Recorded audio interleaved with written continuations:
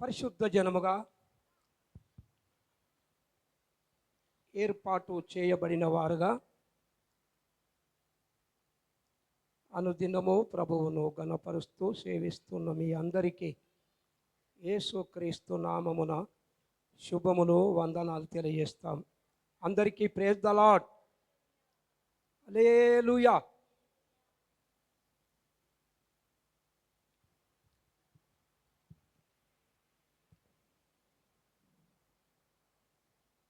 చిన్న మాట చదువుకుందామా? మొదటి కొరింథీయులకు రాసిన పత్రిక 15వ అధ్యాయం 33, 34 వచనాలు చదువుకుందాం.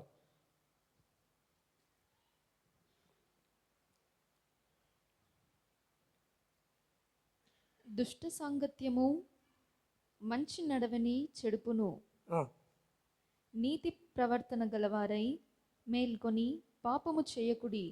దేవుని గూర్చిన జ్ఞానము కొందరికి లేదు, మీకు సిగ్గు కలుగుటకై ఇట్లు చెప్పుచున్నాను. చాలు. గొప్ప దేవుడా, వందనాలు స్తోత్రములు చెల్లిస్తున్నాం. మహోన్నతుడా, మరొకసారి మధ్యాహ్నం వేళ మీ పాదాల చెంతకొచ్చినము నాయన, సహాయము చేయండి. మా అందరితో మాట్లాడమని. కనికరము గల దేవా, మీరు మాట్లాడితేనే మేము జీవిస్తాము నాయన.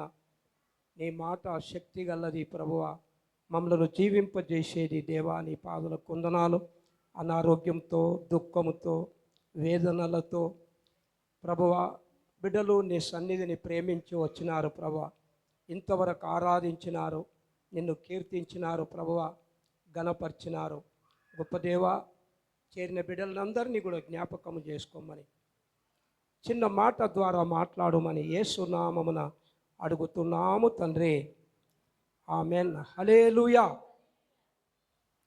చాలా ఇక్కడ చక్కని మాటలు ఇక్కడ వ్రాయబడి ఉన్నది. పిల్లలు కూడా అల్లరి చేయకూడదు, కొద్ది నిమిషాలు జాగ్రత్తగా గమనించాలని మనవి చేస్తున్నాం. అందరూ దేవుని సన్నిధానములో సంతోషంగా ఆనందంగా ఉండాలనే దేవుని యొక్క ఉద్దేశం. ప్రియులారా, దేవుడు ఎప్పుడు బాధ పెట్టే దేవుడు కాదు. దేవుడు ఎప్పుడు మనలను సంతోషమునే కోరుతున్నాడు. ఇక్కడ వాక్య భాగంలో కూడా చాలా విషయాలు, సంఘము ఉండవలసిన విధానం, చాలా గంభీరమైన హెచ్చరిక ఇక్కడ తెలియజేస్తూ ఉన్నాడు. సంఘం ఎలా ఉంటే మెచ్చుకుంటాడో చాలా చక్కని విషయాలు మనకు అక్కడక్కడ కనపడతాయి. 2 మాటలు చూపిస్తాను చూడండి. పరమగీతములు 7వ అధ్యాయం, పరమగీతములు 7వ అధ్యాయం మొదటి వచనాన్ని చదవండి దయచేసి. పరమగీతములు 7వ అధ్యాయం మొదటి వచనం.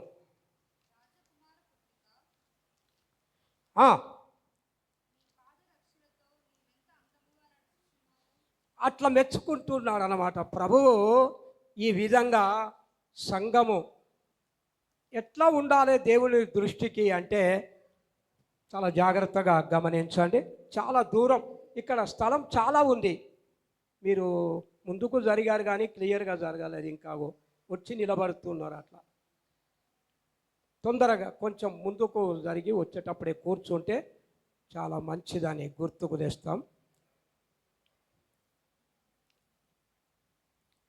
ప్రభువు సంఘాన్ని మెచ్చుకునే విధానం ఇక్కడ కనపడుతుంది కదా. చాలా జాగ్రత్తగా వినండి, చూడండి వాక్యాన్ని. చాలా ఇంకా వాక్యాలు నేను చూపిస్తాను. సంఘం ఎట్లా ఉండాలనేది కొన్ని విషయాలు తెలియపరుస్తున్నాను. రాజకుమార పుత్రిక, నీ పాద రక్షలతో నువ్వెంత అందముగా నడుచుచున్నావు. దేవుడు మెచ్చుకునే విధానం. సంఘము ఎట్లుండాలంటే, సంఘ కన్యకను, వధువును ప్రభువు ఏమంటున్నాడంటే, రాజపుత్రిక. మంచోళ్ళం మనం, ఇంత మంచి పేరున్నది మనకు. పేరు మంచి మామూలు పేరు కాదు ఇది. ఏది డూప్లికేట్ వాళ్ళు వీళ్ళు పెట్టే పేరు కాదు. ఎంత మంచి పేరు తెలుసా? రాజపుత్రిక, అంటే మామూలు మాటనా? మనం ఎవరమన్నమాట? రాజులైనా అవు స్పీడ్గానండి, మరి గట్టిగానండి, అందరికీ తెలవాలి, తెలియని వాళ్ళకు. మనము రాజులైన యాజక సమూహము, మనము రాజులైన యాజక సమూహము. ఇక్కడ వధువుని ఏమంటాడంటే, రాజపుత్రిక, నీ పాదరక్షలతో నువ్వెంత అందంగా నడుస్తున్నావు, నడక ప్రవర్తన నువ్వెంత అందముగా నడుస్తున్నావు. అందముగా నడిచే వాళ్ళు ఉన్నారు బైబిల్లో, గర్వంగా నడిచే వాళ్ళు కూడా ఉన్నారు. గర్వంగా నడిచే వాళ్ళు ఉన్నారు, అందంగా నడిచే వాళ్ళు కూడా ఉన్నారు. కానీ గర్వంగా నడిచే వాళ్ళని మెచ్చుకుంటాడా, అందంగా నడిచే వాళ్ళని మెచ్చుకుంటాడా దేవుడు? చెప్పండి, ఎవరిని మెచ్చుకుంటున్నాడు దేవుడు ఇక్కడ?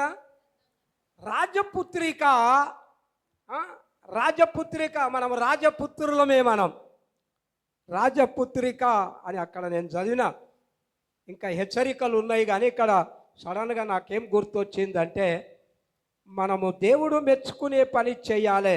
రాజకుమార పుత్రిక, నీ పాదరక్షలతో నువ్వెంత అందముగా నడుచుచున్నావు. యేసు రక్తంలో కడగబడిన వాళ్ళంతా రాజపుత్రికలే. ఈ లోకంలో లేదా ధన్యత ఎవరికి లేదు. ఆయన రాజు అన్నప్పుడు ఆయన కుమారులు రాజకుమారులే, ఆయన పుత్రికలు కూడా రాజపుత్రికలే. నువ్వెంత అందంగా నడుస్తున్నావు. పాదరక్షలంట. పాదరక్షలంటే చెప్పండి, పాదరక్షలంటే చెప్పులు. పాదరక్షలంటే చెప్పులు తొడుక్కొని నడుస్తున్నావు. అవును, వ్యక్తిగతంగా కూడా చూస్తాం కదా మనం. నువ్వెంత హై క్లాస్ అంటే 1,00,000 రూపాయలు పెట్టి డ్రెస్ తెచ్చిన కాళ్ళకు చెప్పులు లేకపోతే, చెప్పండి, కాళ్ళకు చెప్పులు లేకపోతే సప్పుడు చేస్తలేరు. అందం ఉంటుందా లేదా? అందం ఉంటుందా? చెప్పండి. మీద డ్రెస్ ఎంత ఉంటుందో నాకు షూ కూడా అంతే ఖరీదు కలిగినాయి కావాలి అంటాం మనం. అంటే పైన డ్రెస్కి ఎంత విలువ ఉందో చెప్పులకు కూడా. పాదరక్షలు ఇక్కడ రాను అని చెప్తాం, ఇంకా ఇప్పుడు ఎక్కువ చెప్పాను. కానీ ఇక్కడ పరమగీతంలో చాలా ఆధ్యాత్మికంగా ఉంటుంది, చాలా విషయాలు అంతరంగంతోనే చూడాలి. అక్కడ ఏది చూసినా ఇక్కడ అర్థాలన్నీ రకరకాలు ఉంటాయి, కానీ మనం ఆత్మ సంబంధంగా చూస్తేనే అర్థమవుతుంది. మొత్తం మీద రాజకుమార్తె పుత్రిక, నేను వచ్చినప్పుడు మధ్యాకాశంలోకి వచ్చినప్పుడు నీ పాదరక్షలతో నీవెంత అందముగా నడవాలి, అట్లా ఉండాలి సంఘముగా అనేది దేవుని ఉద్దేశం. పోయిన వారములు ఏం చూపించిన నేను? నిర్దోషిగా నిలబడాలి దేవుని సన్నిధిలో అనేది అంశం చెప్పిన నేను. నిర్దోషంగా నిలబడాలి. మేక, గొర్రె, ఎద్దు ఏదైనా బలి అర్పించేటప్పుడు అది నిర్దోషంగా ఉండాలి. ఇప్పుడు కూడా ఇక్కడ చిన్న మాటనే గుర్తొచ్చి నేను ముందుకు సాగుతాను. పాదరక్షలు అంటే చెప్పులు అన్నారు, మీరే కదా. చెప్పులు బైబిల్ గ్రంథంలో కొన్ని చెప్పులు కొన్ని స్థలాల్లో విడవాలి, కొన్ని స్థలాల్లో చెప్పులు తొడుక్కోవాలి. చెప్పులు తొడిగే స్థలం ఉంది, చెప్పులు విడిచే స్థలం కూడా ఉన్నది. మనం విడిచే విధానం ఉన్నది, కొన్ని మనము ధరించే విధానము కూడా ఉన్నది. ప్రియులారా, చెప్పులు 2 రకాలు. ఇది పరిశుద్ధ స్థలము కనుక నీ చెప్పులు విడువని మోసతో అన్నాడా లేదా? ఇది పరిశుద్ధ స్థలం. మళ్ళీ ఇంకొకటి చెప్తాను. సరే, ఇదివరకు దాకా మెచ్చుకున్నారు. 1,00,000 డ్రెస్ ఉన్నా కింద షూ లేకపోతే అది ప్రయోజనం లేదు అనుకున్నాం. నువ్వు 1,00,00,000 రూపాయల డ్రెస్ ఉన్నా 2 కోట్ల షూ ఉన్నా దేవాలయంకి పోతే చెప్పులు ఎక్కడ ఇడుస్తాం? దేవాలయంకి పోతే చెప్పులు ఎక్కడ ఇడుస్తాం? బయట ఇడుస్తాం, ఆ లోపలన బయటనే విడుస్తాం. 2 కోట్లది కాక కూడా చెప్పు బయటనే ఉంటుంది, కానీ అందం ఉంటుంది. ప్రియులారా, మన జీవితంలో కూడా ఎప్పటికీ సంఘాన్ని మెచ్చుకునే విధానం ఎట్లా మెచ్చుకుంటాడు దేవుడు అంటే, నువ్వు పాదరక్షలతో ఉండాలి. పాదరక్షలు అంటే చెప్పులు. ఇప్పుడు మళ్ళా పౌలు దగ్గరికి పోతే ఏమంటాడంటే, సమాధానం సువార్త, ఒక చెప్పు, ఒక జత, ఒకటేమో సమాధానం, ఇంకొకటేమో సువార్త. ఈ రెండు కలిపి ఏమన్నాడంటే సమాధాన సువార్త అను జోడు జోడుకోండి అన్నాడు. అర్థమైందా మీకు? అర్థమైంది. సమాధాన సువార్త అను జోడు దొరుకోండి అంటే అర్థం ఏమన్నది? ఒకటేమో సమాధానం, ఒకటేమో సువార్త. సంఘము దొడుకోవలసింది ఏమదంటే సమాధానాన్ని దొడుకోవాలి, ఒకటి సువార్త తొడుకొని నడవాలి సంఘం. అప్పుడే దేవుడు ఏమంటాడంటే రాజపుత్రిక అంటాడు.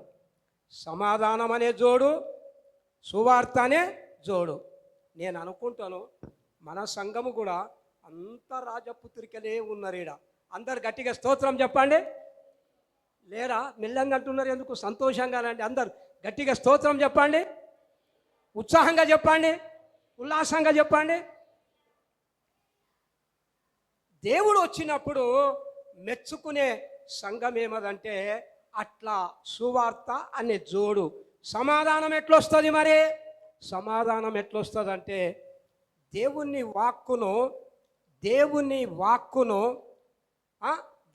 వాక్కును బయలుపడుతూ ఉన్నప్పుడు, దేవుని సువార్త ప్రకటిస్తూ ఉన్నప్పుడు దేవుడు సమాధానం ఇస్తాడు. అందరు గట్టిగా స్తోత్రం చెప్పండి.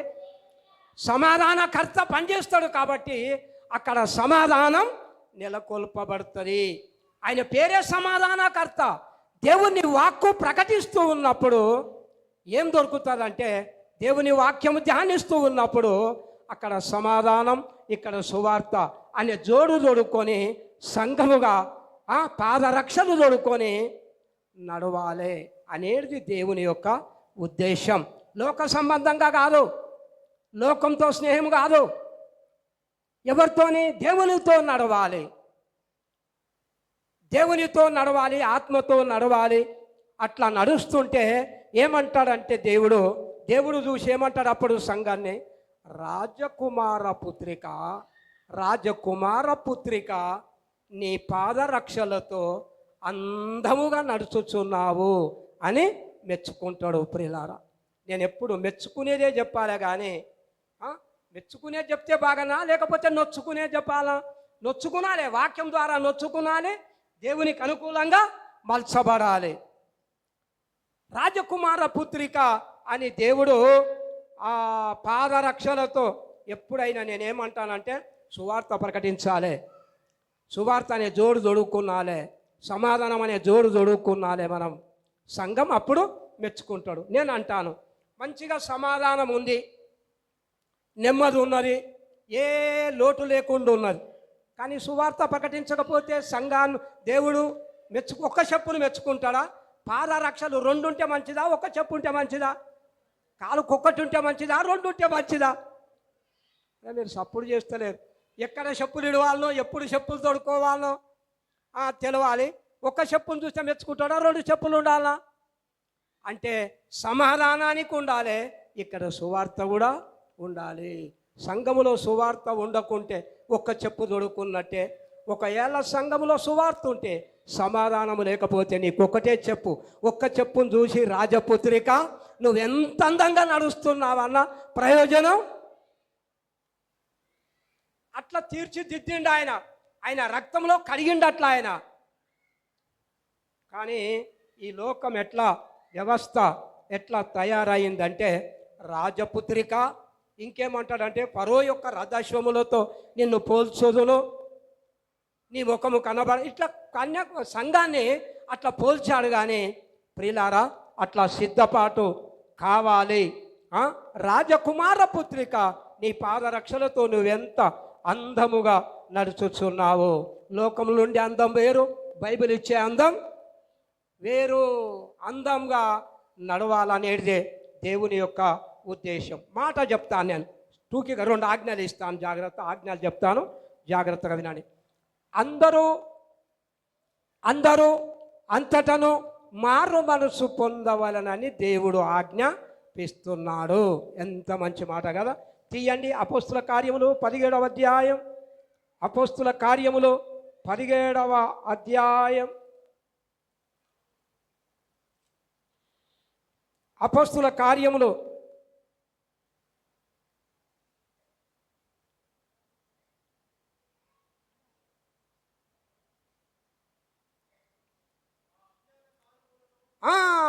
అజ్ఞాన కాలములను చూచి చూడనట్టుగా ఉండెను.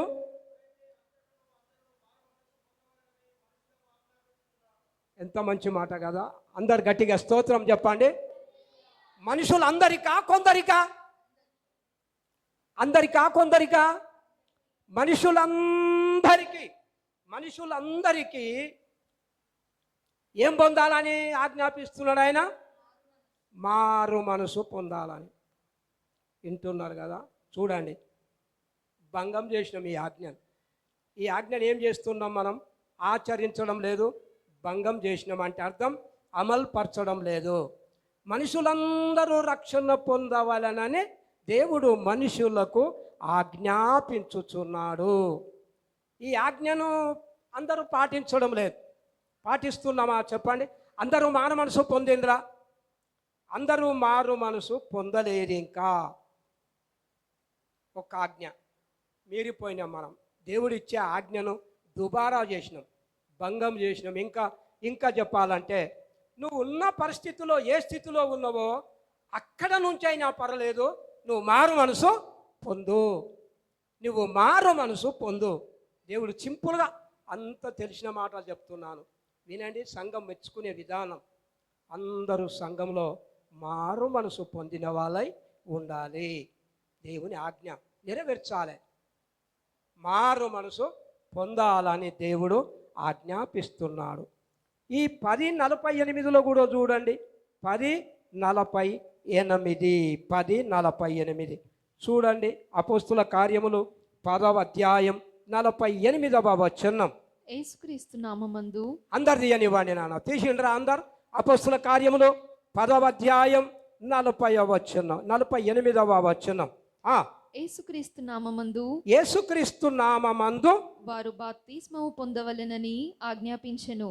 యేసుక్రీస్తు నామమందు వారు బాప్తిస్మము పొందవలెనని ఆజ్ఞాపించెను. అందరూ బాప్తిస్మం పొందారా? ఇది కూడా అమలు పరచడం లేదు.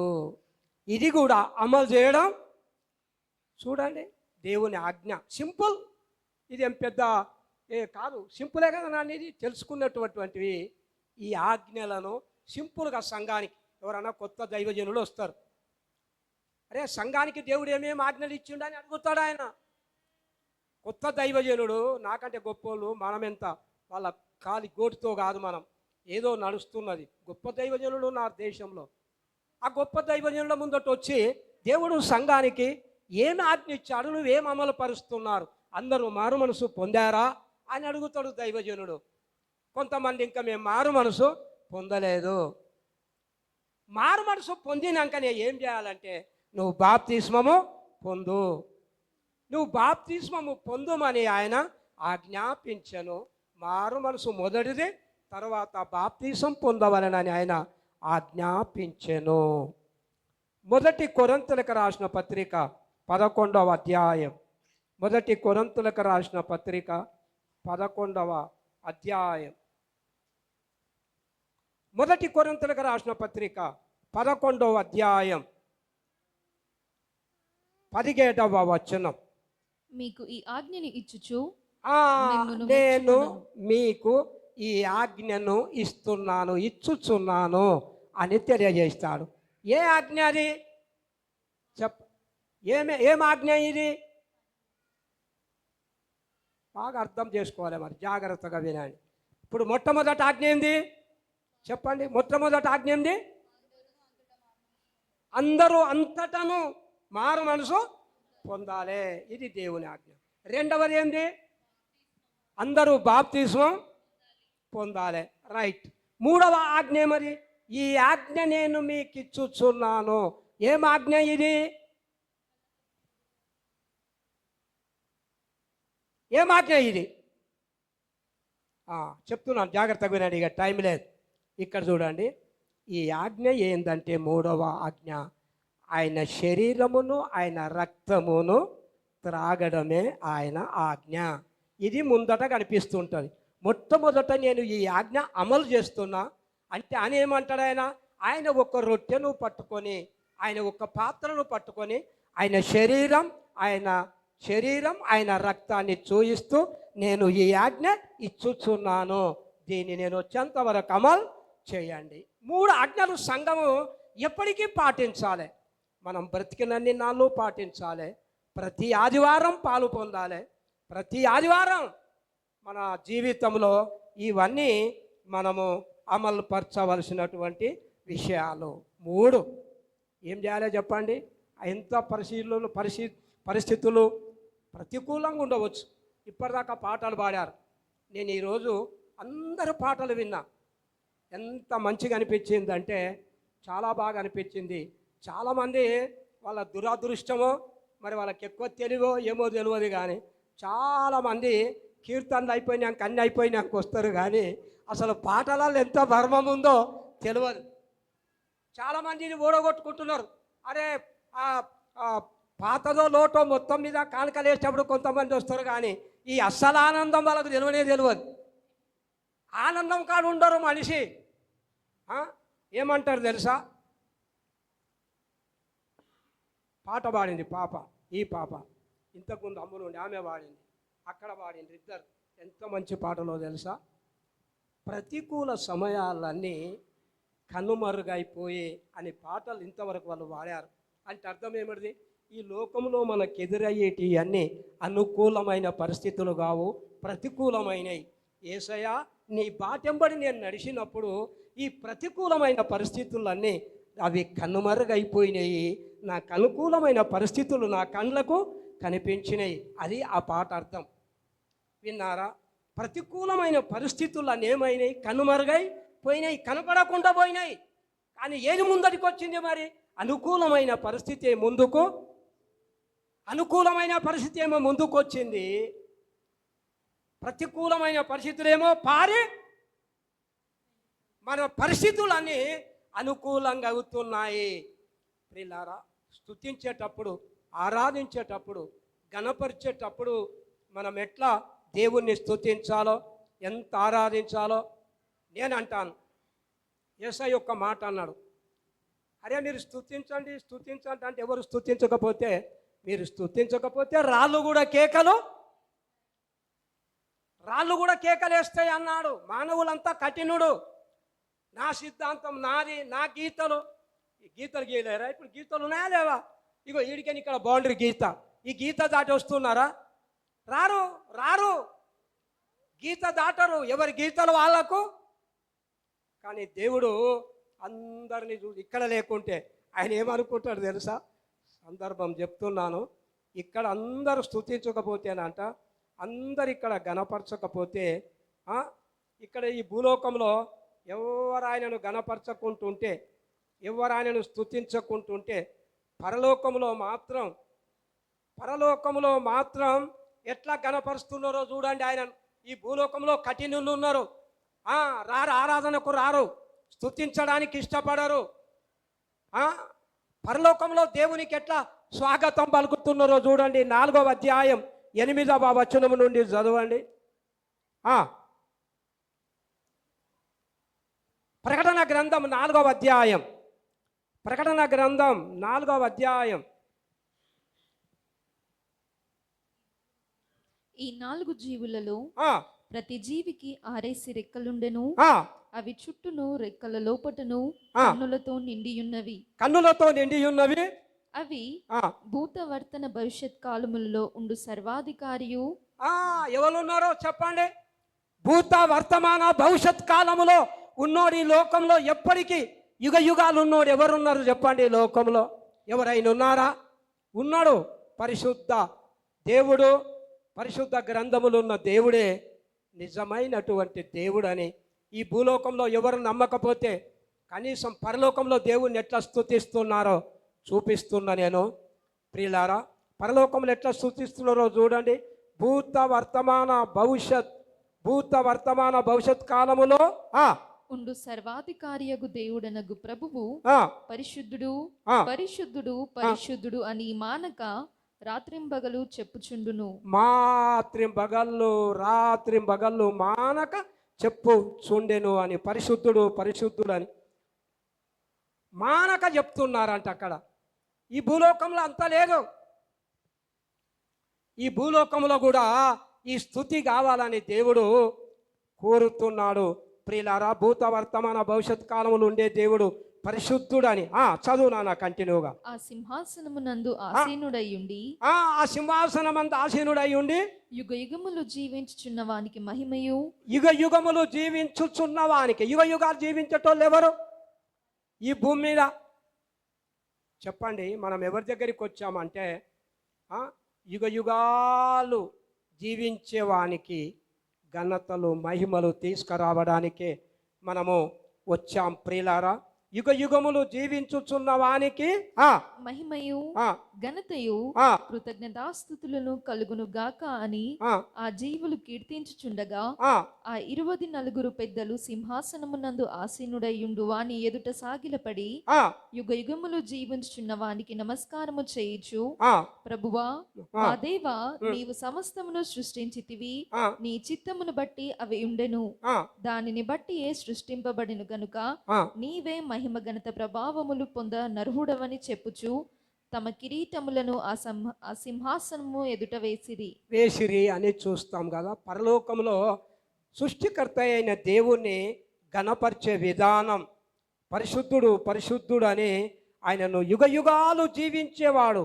తరతరాలు జీవించేవాడిని ఘనపరచడానికి ఈ లోకం ఒప్పుకోవడం లేదు. ప్రియులారా, దేవుడు అందరూ అంతటను అక్కడ నుంచి మారు మనసు పొందాలి, బాప్తిస్మం పొందాలి, ఆయన శరీరం ఆయన రక్తంలో పాలు పొందాలి. ప్రియులారా, చాలా ప్రాముఖ్యమైన విషయాన్ని గుర్తుకు తెస్తున్నాం. మన సంఘంలో కూడా అట్లా అందరూ బాప్తిస్మం పొందిన వాళ్ళు, మారు మనసు పొంది బాప్తిస్మం పొంది ఆయన శరీర రక్తంలో పాలు పొందిన వాళ్ళై ఉండాలన్నది చాలా ప్రాముఖ్యమైన విషయం. మనం 1 కొరింథీయులకు రాసిన పత్రిక 15వ అధ్యాయంలోనికి వద్దాం. మొదట చదివిన మూల పదానికి వద్దాం. 2 మాటలు తెలియపరుస్తాను. 1 కొరింథీయులకు రాసిన పత్రిక 15వ అధ్యాయం, 1 కొరింథీయులకు రాసిన పత్రిక 15వ అధ్యాయం 33, 34 వచనాలు. మోసపోకుడి, దుష్ట సాంగత్యము మంచి నడవడిని చెరుపును. ఇది మన మూల పదం. నేను ఇంతవరకు ఏం చెప్పుకొచ్చినా మరి అంటే, కనీసం సంఘంలో ఉండవలసిన ఆజ్ఞలన్న మనం పాటించాలి. ఇవి రెగ్యులర్గా ప్రబోచ్చేంత వరకు మనము చేయవలసినటువంటి పనులు ఉంటేనే సంఘాన్ని దేవుడు రాజపుత్రిక అని మనలను మెచ్చుకుంటాడనేది గుర్తుకు తెచ్చాను. 33వ వచనంలో మోసపోకుడి, దుష్ట సాంగత్యం మంచి నడవడిని ఏం జరిపేస్తుంది? బర్నబా, దుష్ట సాంగత్యము ఏం నడవడిని జరుపుతుంది చెప్పండి? మంచి నడవడి. ఏం సాంగత్యం? దుష్ట సాంగత్యము మంచి నడవడిని చెడిపేస్తుంది. అంటే అర్థం ఏమన్నది? లోకమంతా ఎవరి వశంలో ఉన్నది? లోకమంతా దుష్టుని అందున్నదని ఎరుగుదుము. ఇప్పుడు జాగ్రత్తగా వినండి. ఇక 2 మాటలు చెప్పి త్వరగా ముగిస్తాను. జాగ్రత్తగా వినాలి. ఇప్పుడు మన సాంగత్యం, మన సహవాసం ఎవరితో ఉండాలి? దేవునితో ఉండాలని ఉన్నది వాక్యంలో. చాలాసార్లు తెలియపరచాను. ఇప్పుడు కూడా దుష్ట సాంగత్యం మంచి నడవడిని చెరుపుతుంది. మంచి ప్రవర్తన దగ్గరనే మనం నిలబడాలి, చెడు ప్రవర్తన దగ్గర మనం నిలబడకూడదు. దేవుని బిడ్డలు, రాజపుత్రికవు నువ్వు. ఈ మాట మీరు మర్చిపోయినరా? మరలా మర్చిపోకూడదు కాదు. ఎప్పుడు ప్రభు వచ్చేంత వరకు నువ్వు ఏ పుత్రికవు నువ్వు చెప్పండి? ఏ పుత్రులం మనం? ఎవరి పుత్రులం? రాజు కుమారులం మనం. రాజులైన యాజక. అరే, మీరు మంచి పేరు ఉంటే ఉత్సాహం ఉండాలి. నా పేరు రాజా పుత్రిక. పోయేటప్పుడు ఎట్లా వాళ్ళ తెలుసా? ఉల్లాసంతో వాళ్ళ. మీరు లోకంలో ఉన్న వాళ్ళకంటే నువ్వు గొప్పదానివి. రాజకుమార పుత్రిక. నువ్వెంత అందముగా అంటే ఆధ్యాత్మిక అందముతో నువ్వు ఉన్నావు అని దేవుడు మెచ్చుకుంటున్నాడు. దుష్ట సాంగత్యము మంచి నడవడిని చెడిపేస్తుంది. ఇక్కడ ఈ సమాజంలో కల్చర్ చాలా చెడిపోయే స్వభావం ఉంది, పాడయ్యే స్వభావం ఉంది. తమ నడవడిని చెడిపి వేసుకొనిరి అని భూలోకము చూసినప్పుడు అది చెడిపోయి ఉండెను, అని చూస్తాం. చెడిపోయే స్వభావంలో మనం ఉన్నాము కాబట్టే దేవుని సావాసం, పరిశుద్ధుల సావాసం, సంఘ సావాసం, పవిత్రమైన సావాసం, ఆ సావాసంలో మనం ఉండాలి. వాళ్ళతోనే మనము సాంగత్యం చేయాలి. ప్రియులారా, పోకిరి చేష్టలు మొదటి పేతురులో ఉంటాయి. పోకిరి చేష్టలైనను, విగ్రహారాధికులైనను, త్రాగుబోతులైనను, మద్యపాని అయినను గతించిన కాలమే చాలు. ఇప్పుడు నువ్వు ఉండేది ఒక రాజపుత్రిక, రాజకుమారుడవు, నువ్వు రారాజు కుమారుడవు. నువ్వు విన్నావా? నిన్ను స్వాగతం, నీ కిరీటాలు ఇయ్యడానికి మధ్యాకాశంలో యేసయ్య నీ తల మీద పెట్టడానికి ఆనందంతో ఆయన ఎదిరి చూస్తున్నాడు. సామెతల గ్రంథం 24 మొదటి వచనము చూడండి. సామెతల గ్రంథం 24వ అధ్యాయం మొదటి వచనం దయచేసి చూడండి, త్వరగా చూడండి. దుర్జనులను చూచి మత్సరపడకుము, వారి సహవాసము కోరకుము. ఎవరి సహవాసం కోరొద్దు చెప్పండి. ఎవరి సహవాసం కోరొద్దు మనం? దుర్జనులు మంచిదా, సజ్జనులు మంచిదా?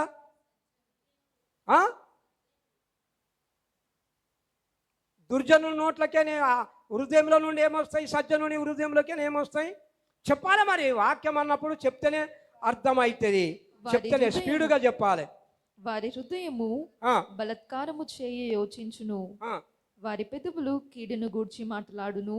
సరే నాన్న, ఇప్పుడు 24, టైం ఎక్కువ లేదు. 24 మొదటి వచనం, దుర్జనులను చూచి మత్సరపడకము, వారి సావాసమును కోరకుము అన్నాడు. దుర్జనుడు అంటే వంచనతోని, చెడుతోని, పాపపు విలాసాలతోని నిండిన వాని సావాసాన్ని కోరకూడదు.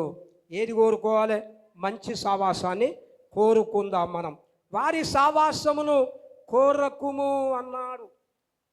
దుర్జనుల సావాసం వెంబడి పోతే అంత దుర్జనుని సావాసం మన కబ్బుతుంది. ప్రియులారా, చెడు వస్తుంది. నువ్వు రాజకుమార్తెవు, రాజువు నువ్వు కాబట్టి దుర్జనుని చూచి మత్సరపడకుము, వారి సావాసమును కోరకుము. మన సావాసం కూడా మంచిగా ఉండాలని గుర్తుకు తెస్తున్నాం. సామెతల గ్రంథం 28:7వ వచనము కూడా చూడండి దయచేసి. 7వ వచనం, ఉపదేశమును అంగీకరించు కుమారుడు బుద్ధి గలవాడు. ఇలాంటి సావాసం చెయ్యాలి మనము. ఎలాంటి సావాసం చేయాలని చెప్పిన దుర్జనుని సావాసం కోరకూడదు. ఎందుకు కోరకూడదు?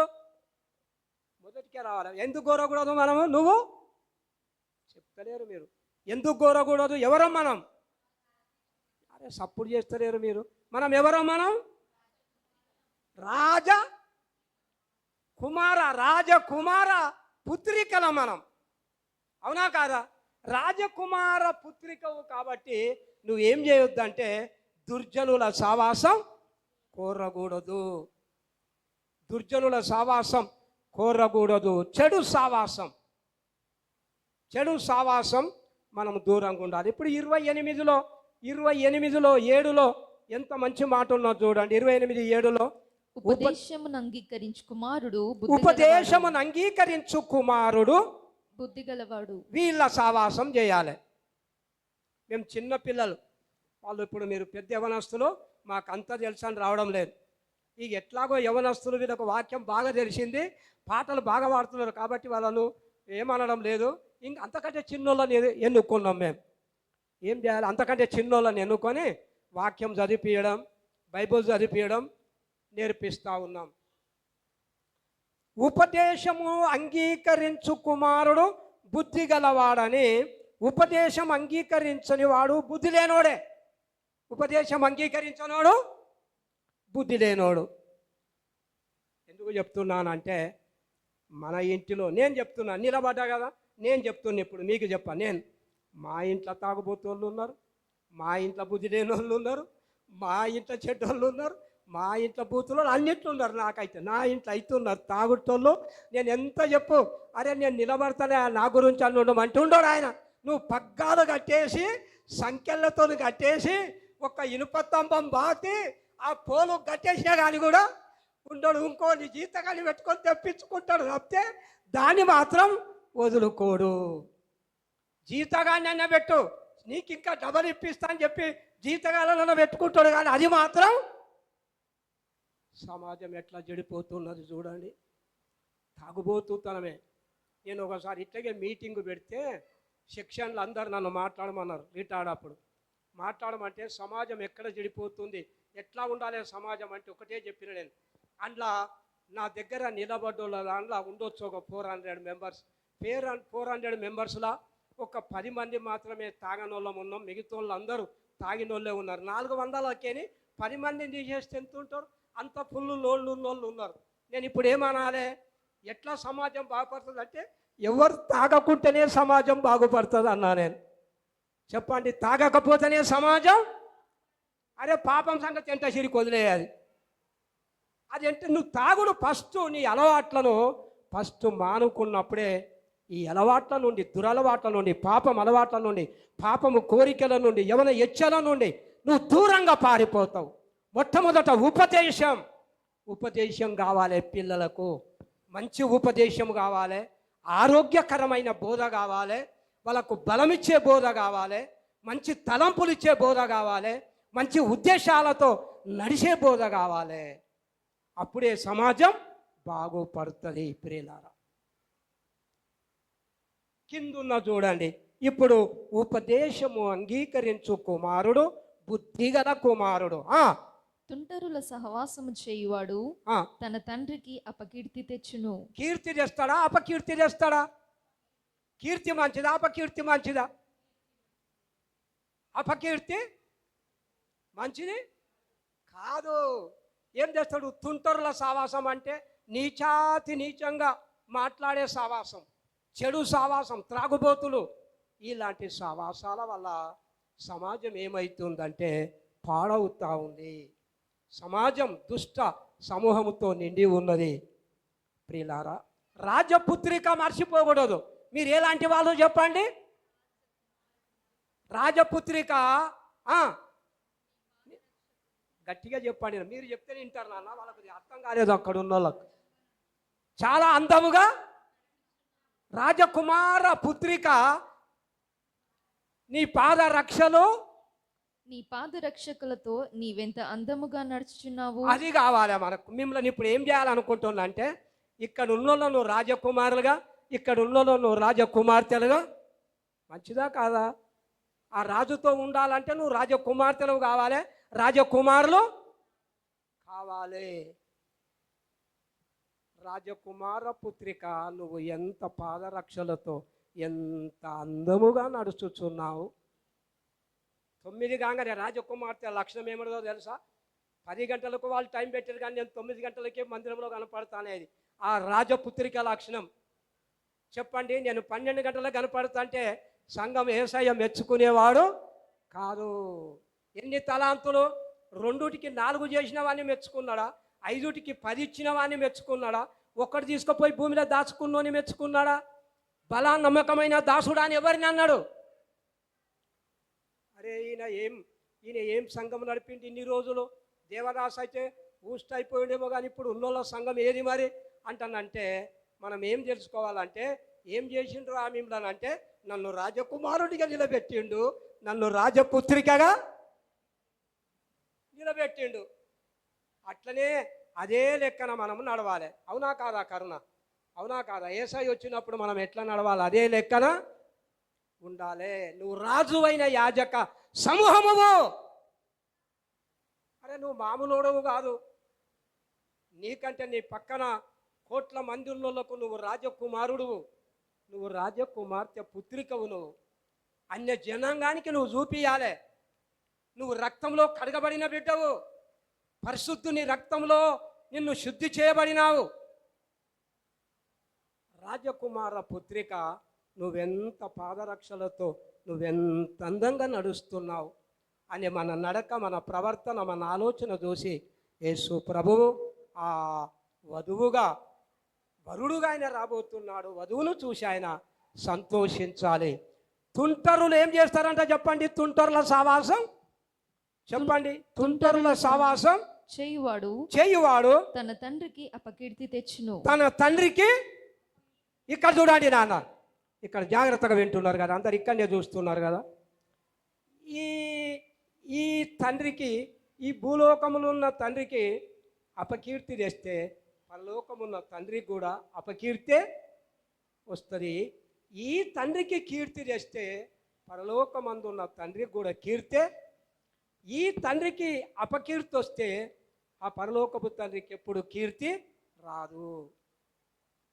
ఇది నెగటివ్. అంటే ఒక అర్థం, ఇది ఏమంటారు దీన్ని, ఇది అంతకంటే అంతకంటే ఒరిజినల్ ఉన్నది అక్కడ. ఈ తండ్రులంతా, ఈ భూమి మీద ఉన్న తండ్రులకే నువ్వు అపకీర్తి తెస్తే పరలోకముందున్న తండ్రి దగ్గర నిలబడడానికి నాకు బాగా అనిపిస్తుంది ఆ మాట.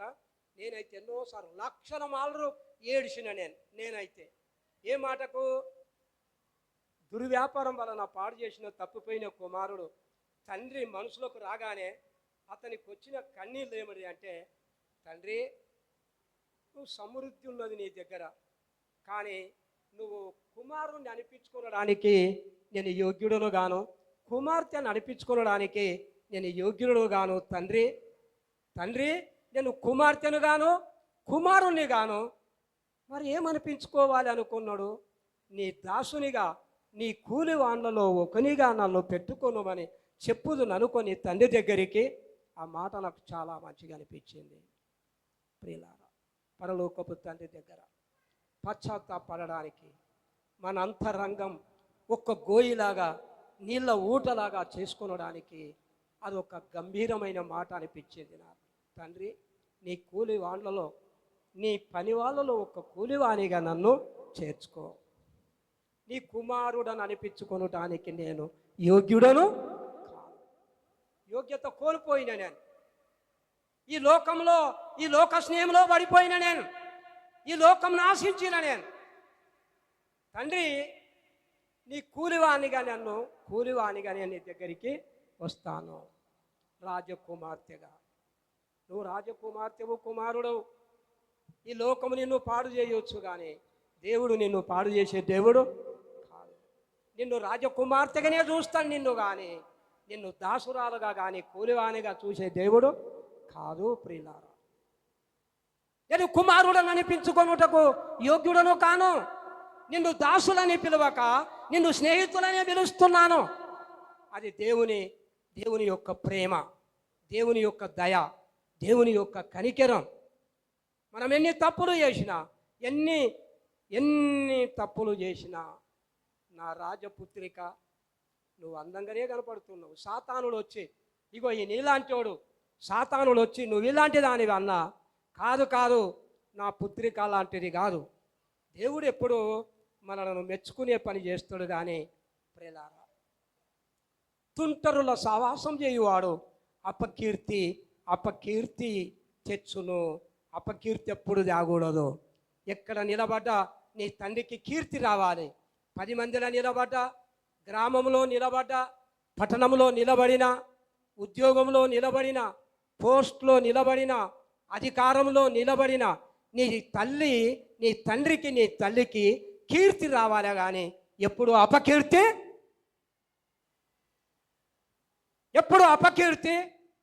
తీసుకురాకూడదు. తల్లి లక్షణం, తండ్రి లక్షణం అలాగనే తీర్చుకోవాలి. నా కుమార్తె రాజపాద రక్షలతో నువ్వెంత అందముగా నడుచుచున్నావు. నా కుమారుడా, నువ్వెప్పుడూ కూలివాడవు కాదు, నువ్వు నా కుమారుడవే. నా రక్తంలో నువ్వు కడగబడిన వాడవే. సంఘంకు 3 ఆజ్ఞలు. ఏమేమి ఆజ్ఞలు నాన్న? 1, అందరు గట్టిగా చెప్పు. 1, మారు మనసు. 2వది, 3వది, ఆయన శరీరం, ఆయన రక్తంలో పాలు. 3 ఆజ్ఞలు. ప్రియులారా, దేవుని విషయంలో మనం అనేక మార్లు మనము తప్పిపోతూ ఉన్నాం.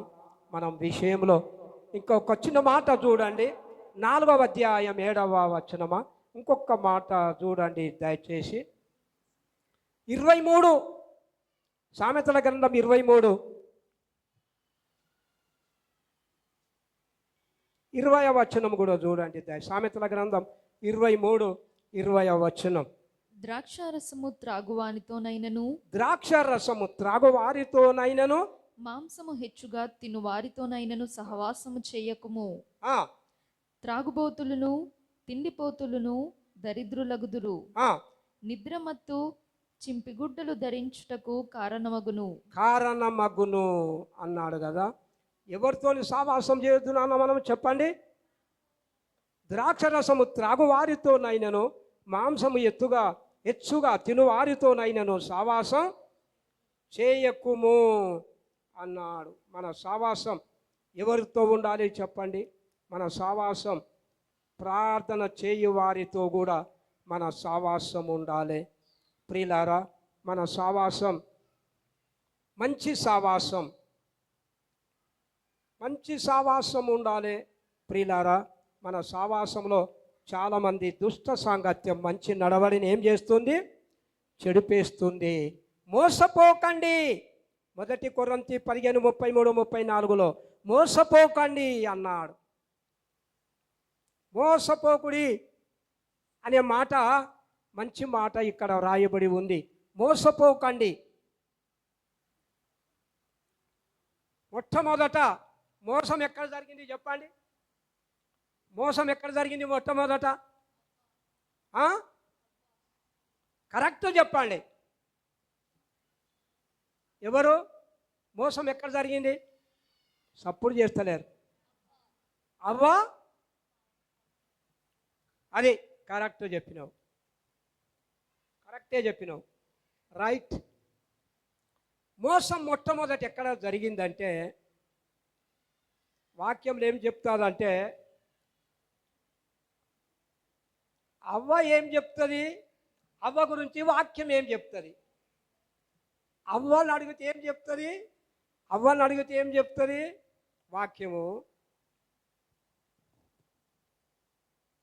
అవ్వని అడిగితే ఏం చెప్తుంది వాక్యము? అని దేవుడు ఏమంటాడు? అవ్వని ఏమంటాడు దేవుడు? అవ్వని అడిగితే ఏం చెప్తుంది? మోసం. ఇద్దరు మోసం ఉన్నది కదా. దేవుడు ఇప్పుడు అవ్వని ఏమంటాడు దేవుడు అంటే, ఆరాము మోసపోలేడు కానీ అవ్వ మోసపోయింది అని దేవుడు చెప్తాడు. దేవుడు చెప్పినా లేదా? ఇప్పుడు ఒకవేళ అవ్వని అడిగండి అనుకో దేవుడు, అవ్వ నువ్వెందుకు మోసపోయినావు అంటే అవేం చెప్తుందంటే నేను మోసపోలేను, సర్పము నన్ను 3:13 ఆదికాండం 3:13 చూడండి. ఆదికాండం 3:13 అప్పుడు దేవుడైన యెహోవా స్త్రీతో, ఆ. నీవు చేసినది ఏమిటని అడుగగా, స్త్రీ, సర్పము నన్ను మోసపుచ్చినందున తింటిననెను. సర్పము నన్ను మోసపుచ్చినందున. చూసిండ్రా, సర్పం మోసం, ఒకరికొకరు మోసం జరుగుతూ ఉంది. మోసపోకండి. దుష్ట సాంగత్యం మంచి నడవడిని చెడిపేస్తుంది. మోసపోకుండి. ఆదికాండం 3:13 కదా. అప్పుడు దేవుడైన యెహోవా స్త్రీతో, నీవు చేసినది ఏమిటని అడుగగా, స్త్రీ, సర్పము నన్ను మోసపుచ్చినందున తింటి ననెను. సర్పము నన్ను మోసపుచ్చింది. అందరు ఎవరో ఒకరు మోసపుచ్చే మనుషులే ఉన్నారు లోకంలో.